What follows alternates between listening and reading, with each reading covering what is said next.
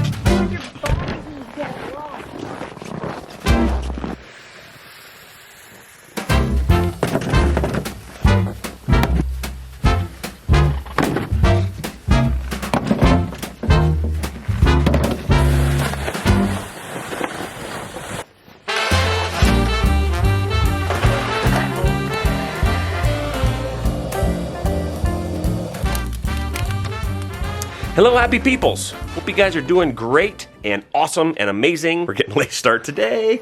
It is not morning, otherwise I would have said good morning, happy peoples, but it's just hello because it's actually like we don't have a whole lot of daylight left. It's happening. But you ever just have one of those lazy days where you're just kind of snuggling and chilling at home with the family? You got a nice hot fire going, you got mom making some home cooked meals, and you know you probably should do a bunch of stuff, but you just don't want to.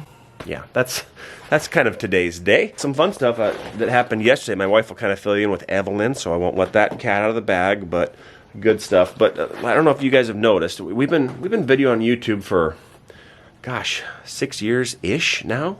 It's like crazy to think about. I mean, when we first started, Garrett couldn't walk, and then so many of you guys have been around for so long, or those of you guys are watching our old videos. I was looking to see, like, why do we have so many views on the channel? And so many of you guys are going back and watching our old videos, which is so awesome. It's like a lot of the new people, which welcome if you're new.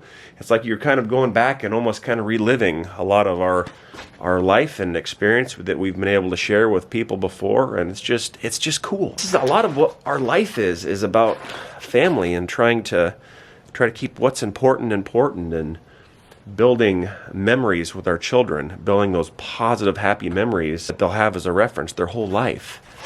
And with that, some stuff that I don't know if I've ever talked about before. Talked about it briefly, but I'm going to go over and talk to my dad a little bit, because there's some things about me and my immediate family, some very pivotal moments in the past that's happened that would have shaped or changed not only my life, but my siblings and possibly generations. It's crazy to think how when one person makes a decision to do something that's hard but is the right path, how much positive that can influence just for generations. It's just mind-boggling. I'll fill you guys in on some of that. I'm the oldest of 6 kids. My dad is my hero.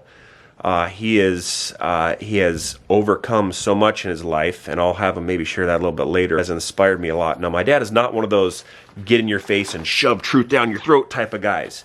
He's one of those more of a quiet strength, and one of those guys that you can really respect and like, and just want to be around. So appreciate that on my dad, but we'll share that a little later. Again, hope you guys are doing awesome.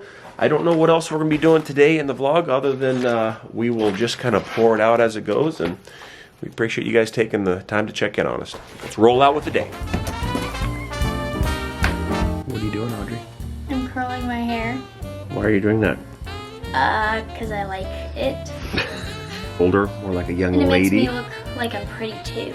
You are pretty. You don't need to curl your hair to be pretty. I know, but I still feel pretty. And I do it. Okay. Is that you think that's all normal? those teenage girls out there, you know what I'm talking about. I am not ready. We're done here.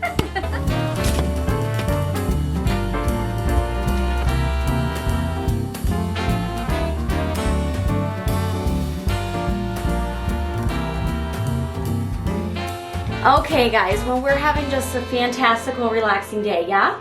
Yeah, I don't like buns. She doesn't like buns. Why don't you like buns? Wow. There. It's an aggressive bun. What did we do this past weekend? Gymnastics meet. How was it? Good. How'd you think you did? Good. Yes? Yeah. Was it fun? Yes, very. It was very fun. Very fun. Because we were kind of wondering, you know, is competition going to be like a thing? Like, is she going to enjoy that? My coach Haley said that I performed like everything like I did in practice. There you go. Perfect. This kind of looks like a mashed potato on top of your head. I want it to. Okay, we wanted to share with you guys a little bit of her meet, like show like little highlights and your event. What was your favorite event that you participated on? Floor. Floor was her Floor favorite. was fun. Yeah, so we'll And send. vault. Oh, and vault. Vault was fun. Okay, that's awesome. So we'll send you back, let you check out her first ever gymnastics meet. Send them there.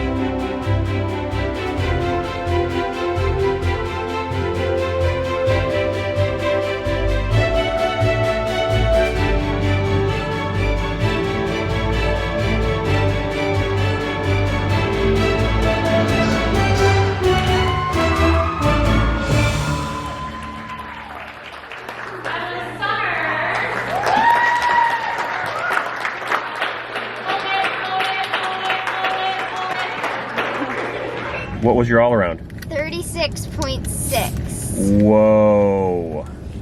That's pretty Good good. job. Good job, kid. You know, Vault, 9.2.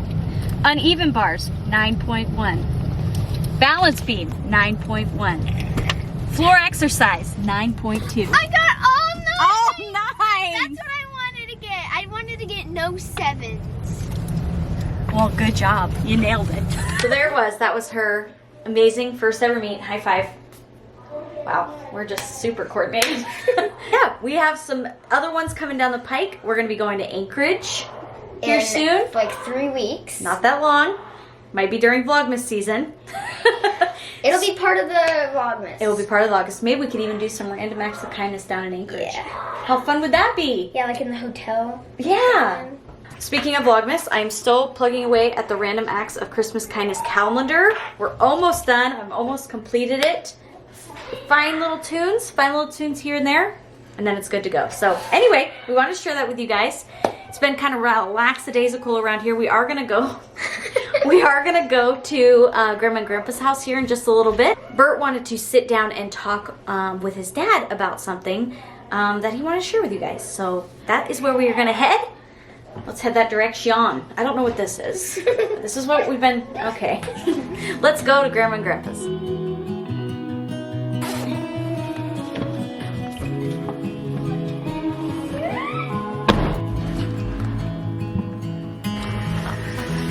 Give me your strength and show me your weakness. We're in this together now.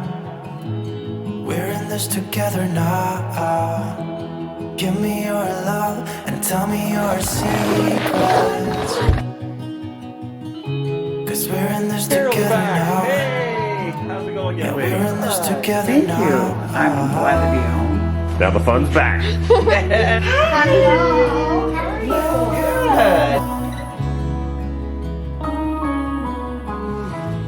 All right, sitting here with Dad. And like I was telling you before, a lot of people don't know about like our past, our family, some of the struggles, some of the things that that maybe happen. I know you've been pretty open, right? This is not like a secret thing, right? No, I've been real open. Like, oh, here's Mom. Have a seat, Mom. I always think about that pivotal moment when I was 5, and you had a drinking problem, right? Yeah. And What do you remember about that? see, I don't remember much. I think I remember like having a sip of your beer once or something like that. I don't remember. Like I don't. You were actually 4. I was 4. Okay, 4 that's almost. right. Oh, I was 5. Okay, when shortly thereafter I was 5. Okay, so I was 4 and Angela was 2. And you didn't think you had a problem, but Mom thought you had a problem, right? Definitely. Most people that have a problem don't think they do. They're in denial. The key is if you're drunk, hang around a lot of drunks and then you feel normal. And if you're going to ask somebody if you have a problem, ask the guy in the next bar stool. And you'll probably get the proper response. So it depends on, they say you are who you associate with. Boy, is that the truth. About 5 days in alcohol treatment, I started to catch on. And they left me alone mostly, which was, I went back to Minnesota. And the reason I went was because she was getting ready to leave. Well, let's back up on the reason why Dad went. So, what was your experience here? What was your perspective? That he had a problem? Yeah. Oh, because he drank almost every night. And one thing that we did learn through the alcoholism is like a disease, is what we were taught initially, and then realized that when it's a problem to one person, it's a problem, regardless of how much or how often. If it's a problem in a family, it's a problem. It escalated fairly quickly, right? Oh, yes. And then you, which we don't need to go into, some of your background with your dad, you kind of were like, Oh, yeah. drawing the line. Yeah. Well, it's a cycle. It's like in a relationship. Compared to her dad, I probably look pretty good. It's a cycle that we would go through. It was like a merry-go-round. Yeah. As soon as we'd have a little fight where he would stop drinking, and then it was like, well, maybe I'll just have one. And Well, no, what you do is you wait about 2 weeks, and I'd find something to get mad about, and that would give me an excuse. What was the final straw for you when you're like, all right, honey, this needs to be fixed now? Do you remember when that was? Oh yeah, absolutely. One night he did not come home. No, I did, and I. Oh yeah, and we- that's right, we did. We got into it, and I took off. Yeah, our fight consisted of that I'm angry, and he said that makes 2 of us, and he took off. And then he didn't come home until the next morning, and at that point I realized the line was drawn. It was always before the line would be drawn, and then we'd move it, and the merry-go-round, we draw the line, and then boom. Well, this time when it got drawn, and it was a done deal, because I had I had a 4-year-old and a 2-year-old, and I was not going to live my life or raise you around that kind of insanity. So that's when I made a decision. Right. And that was 1984. So mom draws the line. This is serious. You guys are going at it. And then for you, what was your decision of, I need to go? Or was that it for you as well? Well, it's kind of weird because remember the denial thing? I thought, okay, I'll go. I don't think I got a real big problem, but I'll go. And then they'll tell me I'm okay, and then I can come home. Wow. Didn't work out that way. Tell them how many beers you had on the way down there. I ordered 1 beer on the plane on the way down, and then I said, I better not do this. That's not going to go over well down there. Kind of ruins the point. You're going to prove those guys wrong, doggone it. I'm going to prove those guys wrong. They gave me the MMPI down there. It's called I think it's called the Minnesota Multiphasic Personality Inventory Test. It had 587 questions, psychological profile. And it was kind of interesting. The guy came back with the results. He goes, well, I see a lot of anxiety here. I said, well, yeah, that's why I'm drinking. He goes, no. That's caused by the drinking. I went, oh, got it backwards. And then you were able to call mom, though, when you're down there, right? Yeah. And then mom was in her very sensitive self, said something like, don't bother coming home or something like that. Oh, no. Wasn't That was that. No, what she said was, it's okay, we can make it without you. And later she said, well, I didn't mean it like that. I just knew everything would be okay. But that's how you heard it as, we don't need you anymore. 4,000 miles away, that didn't go over well. She came down, they had a family program. She was there for a week on the family program. And then we left at the same time. Wow. By the time I left, I was there over 30 days, so I was like a patriarch. An interesting group. I mean, we sat around in a session one day, and they said, why are you here? And it was either the police sent me, my boss sent me, my wife sent me. Pretty much those are the kind of the way it went. After you get back, you just quit. So it's just as simple as that. What was that decision for you? Not as simple as that. It was kind of... when you come back, when you're in alcohol treatment, you're in a protected environment. When you leave that environment, you go back into the big bad world. It's a little bit difficult. I was pretty sensitive. It was tough for a while. Yeah, coming back into the world and adjusting to it as a sober individual. Yeah, I was in treatment. They said you need different buddies, and I thought that was funny. So when I came home, I realized you don't have to worry about that. Your buddies will flee from you if you quit drinking. Because you become a challenge. And they want to have a drinking buddy. And if you're not a drinking buddy, what do they have to hang out with? Nothing. There's nothing there. And you had your husband back. Yeah, but you know what? Going down, I think one of the reasons that Dad was successful is him and I together, with him just getting help and without myself getting help, I think he would have failed because I needed that week to work on me. When I realized that I had a lot of work to do on the lady in the mirror. And once I realized that I quit picking on him, that there was a whole lot of work to be done on myself. Busy working on myself, I don't have time to pick on anybody else. Point that finger at someone, you got 3 of them pointing right back at you, you know? I wasn't the only bad person. For me, him coming back from the alcohol treatment center and working on myself, took 2 years to trust that he would remain sober. And so it was something that you don't just give somebody that respect and trust. It has to be earned. Something else here during this whole process, right? So if Dad if you hadn't have made those decisions, like, you probably would have been divorced. Right. Myself and my younger sister Angela would probably be even more messed up than we are now, if that's even possible. And you had 4 children after that wouldn't have existed. Appreciate you sharing that. So again, this is my father. This is my hero. This is someone that I can look up to for a lot of that silent strength, like I was telling you. And it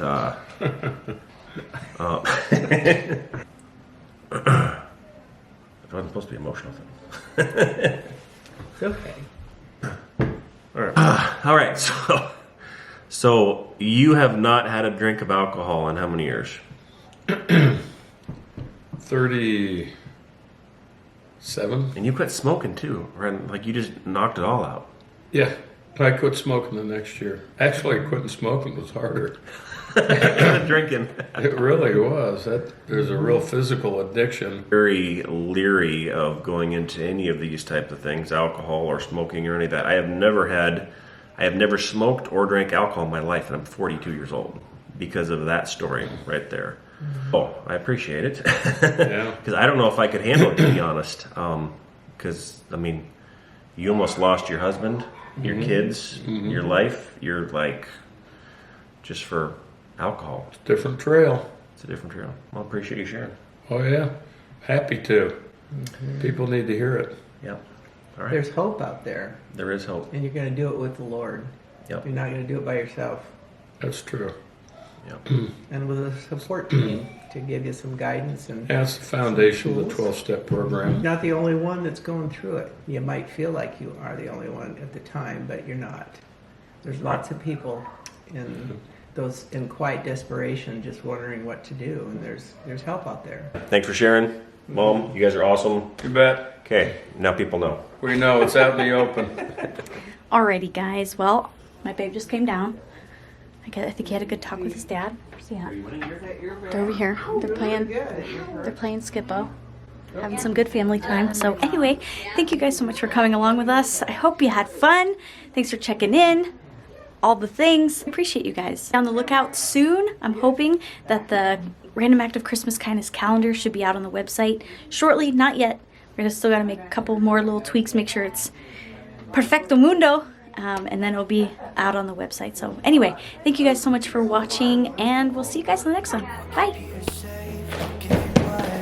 Thanks for watching. See you in the next video. Even if we're falling down, Bye, YouTube channel. Beep. all of me is yours, every part of me. 'Cause we're in this together now. You and me together now.